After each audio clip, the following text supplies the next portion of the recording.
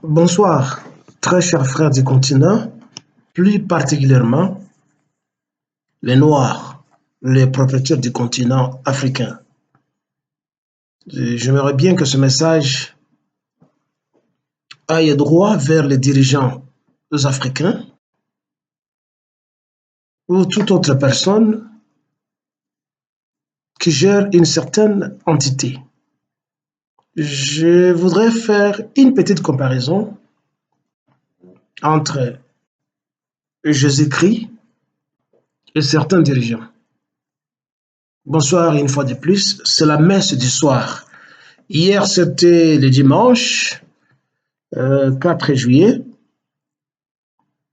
Je n'ai pas eu assez de temps pour tenir la messe que j'ai l'habitude de lire pour vous chaque matin, le dimanche. Et ce soir, je suis un peu relaxé, je viens juste de rentrer chez moi. Alors, je voudrais faire cette petite comparaison. Après que j'ai lu beaucoup la Bible, et certains passages que j'ai lus m'ont fait réfléchir sur la personne de Jésus-Christ. Et j'intitule cette petite intervention comme suit. Jésus-Christ était-il un homme euh, fou ou normal? Je sais que toi qui me regardes déjà là, tu as tiqué déjà et tu te dis, ben, celui qui voudrait parler, celui qui est fou. Mais certains passages que je vais lire dans la Bible vont prouver que Jésus-Christ n'était pas un homme normal, qu'il était mentalement déréglé, et alors il ne peut pas jouer un rôle modèle pour nous ni pour nos enfants. Écoutez ce que j'ai imprimé et que je prélevais de la Bible.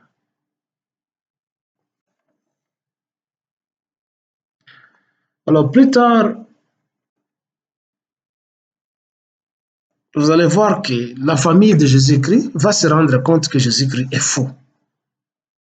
Prenez votre Bible et lisez ce que je voudrais lire dans Marc 3, versets 20 à 21. Il y est dit ce qui suit. Ils se rendirent à la maison, donc la famille, les frères de Jésus-Christ, ils se rendirent à la maison et la foule se ressembla de nouveau, de sorte qu'ils ne pouvaient même pas prendre leur repas. Lorsqu'ils l'apprirent, oui, oui, c'est ça, les membres de la famille de Jésus vinrent pour s'emparer de lui, car ils disaient, il a perdu la raison. Sa famille disait que Jésus-Christ a perdu la raison. Alors, comprenez que par cette expression, quand on perd raison ou quand on perd sa raison, euh, on devient un détraqué mental, n'est-ce pas? J'espère que vous comprenez très bien le français. C'est ce que ça veut dire, n'est-ce pas?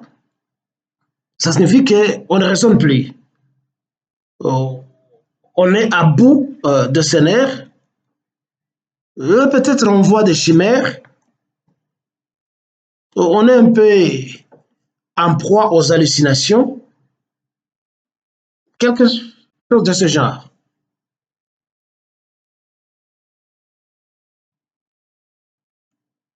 Ça, vous trouvez ça dans Marc 3, 20, 21. Et quand vous continuez avec la Bible,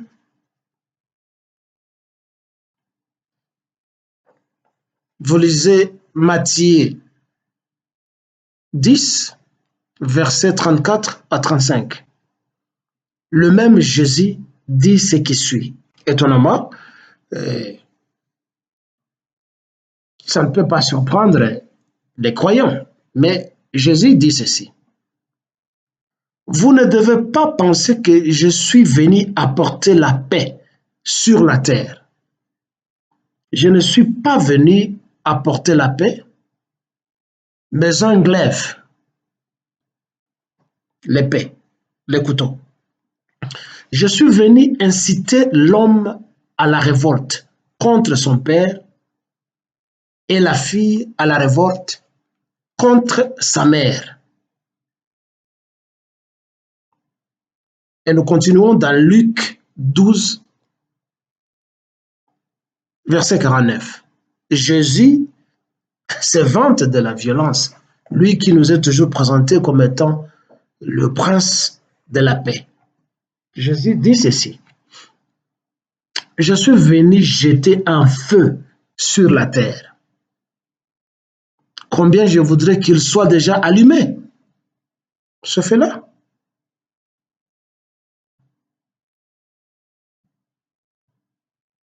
Vous voyez déjà que Dieu, enfin Jésus-Christ, annonce l'arrivée d'une catastrophe furieuse. Mais le chrétien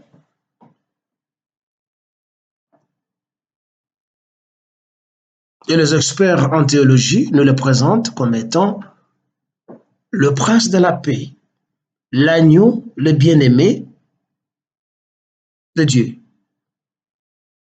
Moi, je le trouve par contre qu'il est semblable au chef rebelle des musulmans et des intégristes musulmans nigériens, ce type-là qu'on a appelé Aboubacar Shekau. Il tient des propos incendiaires de la façon que Jésus les tient dans la Bible.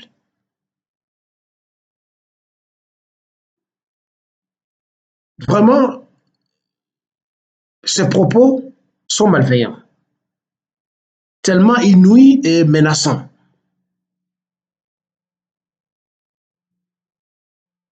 Lisons encore ce que Jésus-Christ dit. En effet, désormais, s'il y a 5 personnes dans une famille, elles seront divisées, 3 contre 2 et 2 contre 3.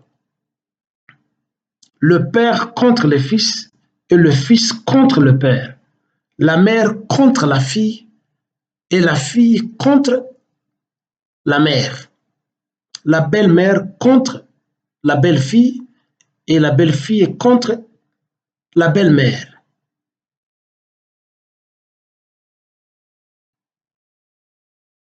C'est ça le prince de l'affaire. Et le prince de la paix continue. En Luc 14, 26, Jésus avertit ceci. Quiconque vient à moi et ne hait pas son père et sa mère, sa femme et ses enfants, ne peut être un de mes disciples. Logiquement, on peut conclure que Jésus haïssait la famille et tous ses membres.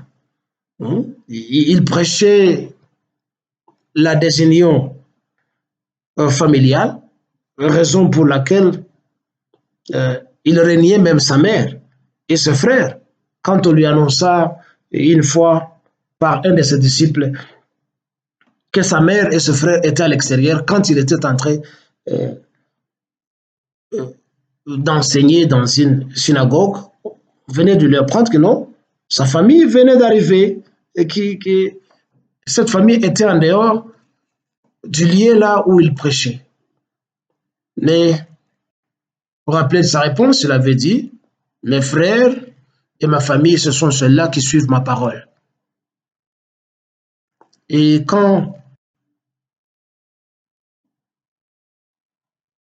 vous continuez à suivre son langage malveillant toujours, Jésus-Christ appelle souvent sa maman femme, comme avait dit, même avant de soupirer sur la croix, Jésus dit à sa maman qui était en bas, femme,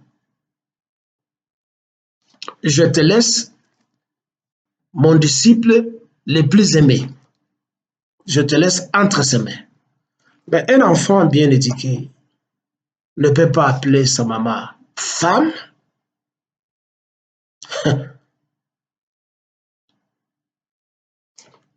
Même nous les mariés, même ceux qui ont des copains, copines, on appelle sa copine ou sa femme ma chérie, ma femme, mon épouse. Et chez nous les Africains, souvent on appelle la femme par les noms de l'enfant. Si l'enfant s'appelle Kilélé, on dit maman Kilélé, maman Marie, pour exprimer l'affection, le respect et la proximité affective du couple. Nos enfants non plus n'appellent pas leur maman femme, mais que ce soit lors des noces de Canaan, que ce soit avant l'expiration sur la croix, et dans d'autres passages bibliques, vous trouverez Jésus-Christ qui appelle sa maman femme. Sa tranche d'un enfant insolent, mal élevé, c'est Jésus-Christ-là. C'est un enfant impoli, insolent. Mais là n'était pas mon propos. Mon propos était de montrer combien Jésus-Christ, en tant que modèle qu'on nous présente, se contredit dans ses propos.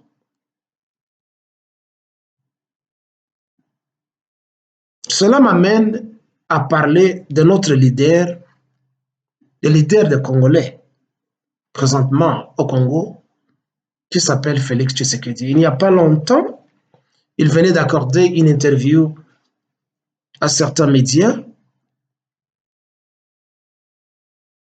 où on lui a demandé de parler de son salaire. Oui, il a bien répondu. Il n'y a rien de mal dans ce qu'il a dit en disant que euh, son salaire, ce n'est pas tellement ce qui est important pour lui. Après tout, le salaire, c'est un fait privé. Ça ne se dévoile pas, bien qu'ailleurs, les salaires des dirigeants, des présidents sont publiés, mais nous savons qu'il y a des avantages qui sont cachés dont on ne parle pas. Je disais donc que Félix Tshilombo est libre de parler ou de ne pas parler de son salaire, du montant de l'argent qu'il touche. Je pense qu'il a bien répondu, sauf que quelque part, il s'est contredit. Quand on lui a posé des questions sur les jeeps qu'il veut octroyer à ce parlementaire qu'il veut corrompre, et quand surtout il a parlé de son ancien directeur de cabinet, Vital Kamerhe, il a donné l'impression aux Congolais et à qui veut le voir et l'entendre que Vital Kamerhe va revenir aux affaires au Congo et il va jouer un rôle prépondérant parce que le Congo a encore besoin de lui. Oubliant que c'est un voleur, il a détourné le denier public, son directeur de cabinet. Vous voyez la contradiction. En conclusion, c'est un conseil pour tous les dirigeants.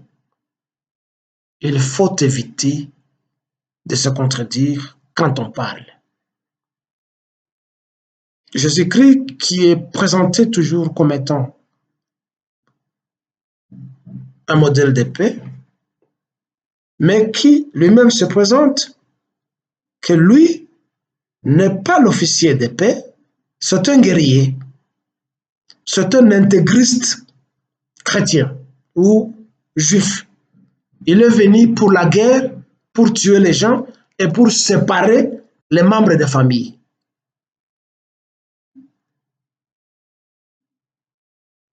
C'est pour le Congo de Lumumba, de Kasavubu, de Kimpavita, de tout le martyr congolais et de tous les Congolais qui résistent contre l'oppression, l'occupation, afin de refonder la nation. C'est moi, Vib, Djamadari, Vib Kilkilele. C'est le 5 juillet aujourd'hui. Bonne nuit.